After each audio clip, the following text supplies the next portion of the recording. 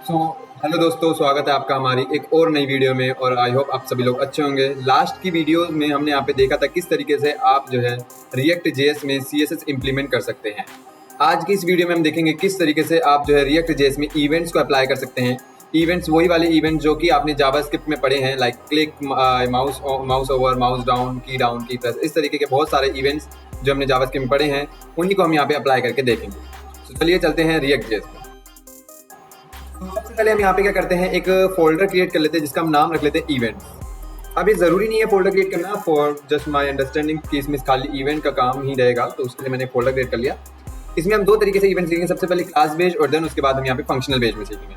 तो सबसे पहले हम देखते हैं क्लास बेस्ड में कैसे इवेंट लगाते हैं। तो मैं क्लास इवेंट्स नाम से एक फाइल बना लेता हूँ एंड यहाँ पे हम लिख लेते हैं import React from React export default. आने वाले टाइम में मैं आपको इसका एक शॉर्टकट भी बताऊंगा, जो कि अभी तो नहीं बताऊंगा, नहीं तो आप प्रैक्टिस नहीं करेंगे इसकी, बट आने वाले टाइम में class event and component render. So यहाँ पे क्लास लिखना मैं भूल गया, class and render and return then div. ठीक है, तो इवेंट यहाँ पे ये क्लास बेस्ड है, तो इसमें ऑब्वियसली अगर आपको कोई भी फंक्शन बनाना है तो उसके आगे फंक्शन लिखने की नीड नहीं है आपको। ये आपने जावास्क्रिप्ट में यहाँ पे देखा था। तो हम यहाँ पे क्या करते हैं, नॉर्मली मैं यहाँ पे लिखता हूँ गेट अलर्ट नाम से मैं एक यहाँ पे कोई भी फंक्शन बना देता हूँ एंड जिसमें मैं यहाँ पे अलर्ट लिख देता हूँ और यहाँ पे लिखता हूँ दिस इज एन अलर्ट। अब मान के चलिए इस अलर्ट को मुझे ऑन क्लिक पे शो करना है, तो ऑन क्लिक पे शो करने के लिए मुझे यहाँ पे एक बटन बनाना पड़ेगा। तो मैं यहाँ पे बटन बना देता हूँ एंड यहाँ पे लिख देता हूँ गेट अलर्ट एंड इसको हम यहाँ पे, अगर मुझे इस फंक्शन को इसको ऑन क्लिक पे रन करना है तो यहाँ पे आपको लिखना है ऑन क्लिक। क्लिक का सी कैपिटल रहेगा बिकॉज यहाँ पे रिएक्ट में कैपिटल रहता है एंड यहाँ पे JSX आएगा, डबल कोट्स नहीं आएगा। एंड जब भी आप क्लास बेस्ड के किसी भी फंक्शन को, चाहे वो नॉर्मल फंक्शन हो या पैरामीटराइज फंक्शन हो, अगर उसको आपको बटन के क्लिक पे रन करना है तो आपको यहाँ पे एरो फंक्शन की नीड पड़ेगी एंड यहाँ पे आपको लिखना है दिस। लास्ट टाइम बेसिकली ये यूज किया जाता है आपकी क्लास पेरेंट एलिमेंट को टारगेट, यानी क्लास को टारगेट करता है। And this dot means class के अंदर जो हमने गेट अलर्ट नाम से हमने एक फंक्शन बनाया है और उसको हमने यहाँ पे क्या करा, कॉल करा दिया। मेथड बोलेंगे बेसिकली, क्योंकि यहाँ पे फंक्शन कीवर्ड नहीं है, तो इसलिए हम इसे मेथड बोलेंगे। तो गेट अलर्ट नाम का हमने जो मेथड यहाँ पे कॉल करा दिया। अब हम ऐप में जाते हैं और इसको यूज करते हैं। तो मैं सारी चीज़ यहाँ पे कमेंट आउट कर देता हूँ एंड यहाँ पे लिखते हैं क्लास इवेंट। तो इसमें आप देखेंगे जो सेकंड वाली आपको पाथ दिख रहा है, इसी पे ही आपको एंटर मारना है, क्योंकि जिससे कि आपका पाथ ऑटोमेटिकली इंपोर्ट हो जाएगा, नहीं तो आपको मैन्युअली भी कर सकते हैं। सो हम यहाँ पे इसे क्लोज भी कर दें एंड यहाँ पे अब हम देखेंगे गेट अलर्ट का एक बटन आ गया। अब जैसे ही मैं इस पर यहाँ पे क्लिक करूँगा तो आप देखेंगे मेरे पास एक अलर्ट आ गया। तो इस तरीके से आप जो है क्लास बेस्ड में अलर्ट को अप्लाई, या कह लीजिए आप इवेंट को अप्लाई कर सकते हैं। ऐसी अगर आप डबल क्लिक या राइट क्लिक लगाना चाहते हैं तो आप राइट क्लिक भी लिख सकते हैं, डबल क्लिक भी लिख सकते हैं। तो वो सारे इवेंट उसी तरीके से लगेंगे। बस मुझे यहाँ पे आपको ये बताना था कि यहाँ पे एरो के साथ, जो एरो फंक्शन है उसके साथ ही आप इवेंट को अप्लाई करें। इसी तरीके से आप फंक्शनल बेस में भी लगा सकते हो। तो हम एक न्यू फाइल बनाते हैं, यहाँ पे हम लिखते हैं फंक्शनल इवेंट .jsx नाम से फाइल बनाएंगे एंड यहाँ पे हम import React from React export default function and functional event return and then div. अब यहाँ पे अगर मुझे कोई भी इवेंट लगाना है तो या मुझे फंक्शन बनाना पड़ेगा, तो यहाँ पे मैं एक छोटा सा फंक्शन बना देते हैं जिसका नाम हम गेट अलर्ट ही रखेंगे। एंड इसमें सबसे पहले मैं नॉर्मल फंक्शन आपको बता रहा हूँ, क्योंकि यहाँ पे पैरामीटर और नॉर्मल दोनों अलग अलग तरीके से कॉल होते हैं।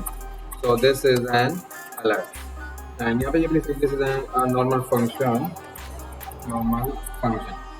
एंड अगर आपको इसे बटन के क्लिक पे रन करना है तो आपको यहाँ पे क्या करना पड़ेगा, एक बटन बनाना पड़ेगा एंड यहाँ पे लिखते हैं गेट अलर्ट एंड इसमें हम यहाँ पे क्या करते हैं ऑन क्लिक।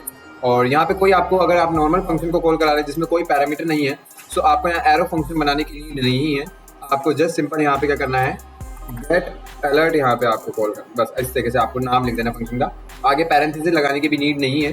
जनरली हमने देखा था जावास्क्रिप्ट में जब भी आप एक फंक्शन को कॉल कराते हैं तो आपको यहाँ पैरेंथेसिस लगाने की नीड पड़ती है, but in the react JS आपको अगर नॉर्मल फंक्शन को कॉल कराना है तो आपको यहाँ पे पैरेंथेसिस लगाने की नीड नहीं है, डायरेक्टली ये जो है रन हो जाएगा।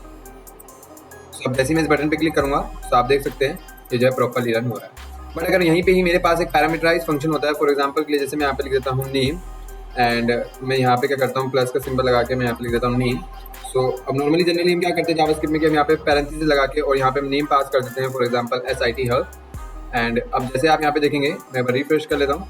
सो यहाँ पे ये नेम नहीं आ रहा है, समथिंग कुछ प्रॉब्लम होगी, बिकॉज मैंने इसे यहाँ पे ऐप में कॉल नहीं कराया, सॉरी, वो मेरे हिसाब से क्लास इवेंट वाला ही रन हो रहा होगा। सो कोई नहीं, हम यहाँ पे इसे रन करा देते हैं, functional event, my mistake. And मैं वापस से एक बार आपको विदाउट पैरामीटर वाला करके दिखा देता हूँ। वैसे तो सेम ही चलेगा वो, जैसे मैंने आपको बताया। सो बट फिर भी मैं आपको यहाँ पे करके दिखाता हूँ। गेट अलर्ट लिखेंगे आप, एंड यहाँ पे आप देखेंगे, मैं एक बार रिफ्रेश करता हूँ और गेट अलर्ट पे मैं क्लिक करूँगा तो यहाँ पे आपके पास क्या आ जाएगा, this is a normal function, इस तरीके से जो है आ जाएगा। अब मुझे यहीं पे एक पैरामीटर पास आउट करना है, तो यहाँ पे हम क्या करेंगे, एक नेम नाम का हम एक पैरामीटर बना लेते हैं और इसको हम यहाँ पे कॉन्कैटिनेट करा देते हैं इसके साथ। और यहाँ पे जब नॉर्मली हम जब जावास्क्रिप्ट में करते हैं तो हम यहाँ पे पैरेंथेसिस लगा के और हम यहीं पे ही इसकी वैल्यू असाइन कर देते हैं, लाइक इस तरीके से सिर्फ। एंड अब आप यहाँ पे देखेंगे रिफ्रेश पे ही रन हो रहा है, जबकि मैं तो इसे चाहता था कि क्लिक रन हो।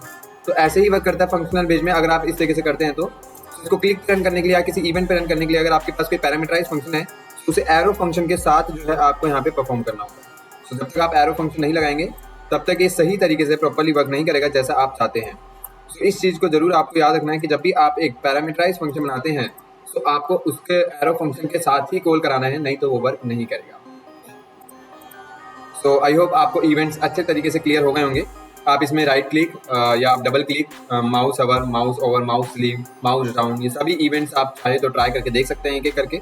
आपको कोई भी डाउट होगा तो आप कमेंट सेक्शन में हमें बता सकते हैं, हम जरूर आपकी क्वेरी को सॉल्व करेंगे।